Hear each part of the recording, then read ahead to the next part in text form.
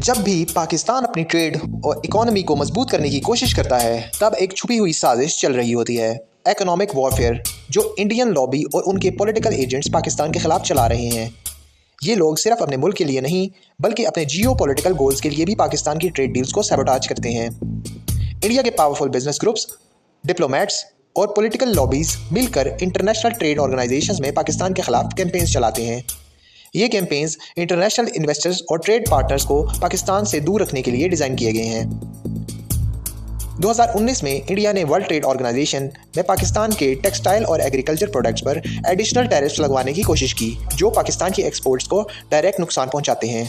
Indian trade lobbies ने बांग्लादेश और श्रीलंका जैसे मुल्कों पर प्रेशर डाला कि वो पाकिस्तान की प्रोडक्ट्स को अपनी मार्केट से बाहर रखें ताकि इंडिया की इंडस्ट्रीज को फ़ायदा हो सके। China Pakistan economic corridor Pakistan के लिए एक स्ट्रेटेजिक प्रोजेक्ट है, लेकिन इंडिया इसको भी अपने इकोनॉमिक वॉरफेयर का हिस्सा बनाता है। इंडिया ने अपने डिप्लोमेटिक चैनल्स के जरिए चाइना को प्रेशराइज किया कि सीपैक प्रोजेक्ट्स में इन्वॉल्वमेंट कम करे। It is war like any other name. While the big question remains, when will the actual action happen and in what shape and form?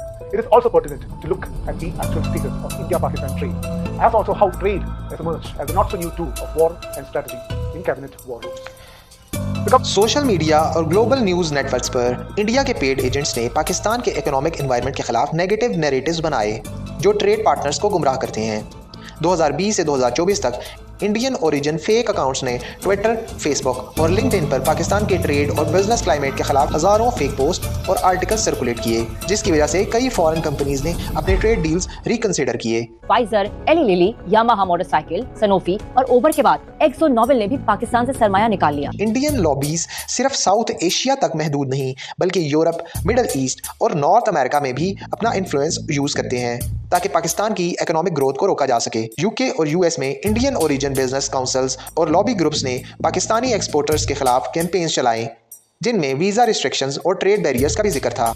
Is the message that India wants to send out to the world that Pakistan is a rogue nation and India is cutting all ties with Pakistan despite India being Pakistan's neighbor. Perhaps that's the message which India is sending out to the world that Pakistan is. Ministry of commerce ने India के economics sabotage के खिलाफ world trade organisation में complaints file की हैं और bilateral trade relations को diversify करने के लिए नए पार्टनर्स की तलाश शुरू की है। इंडियन लॉबीज की ये इकोनॉमिक वॉरफेयर पाकिस्तान की ट्रेड डील्स को रोकने और माशी तरक्की को स्लो करने के लिए है, लेकिन पाकिस्तान अपने strategic initiatives, diversified trade partnerships और डिप्लोमेटिक एफर्ट से इन सब चैलेंजेस का मुकाबला कर रहा है।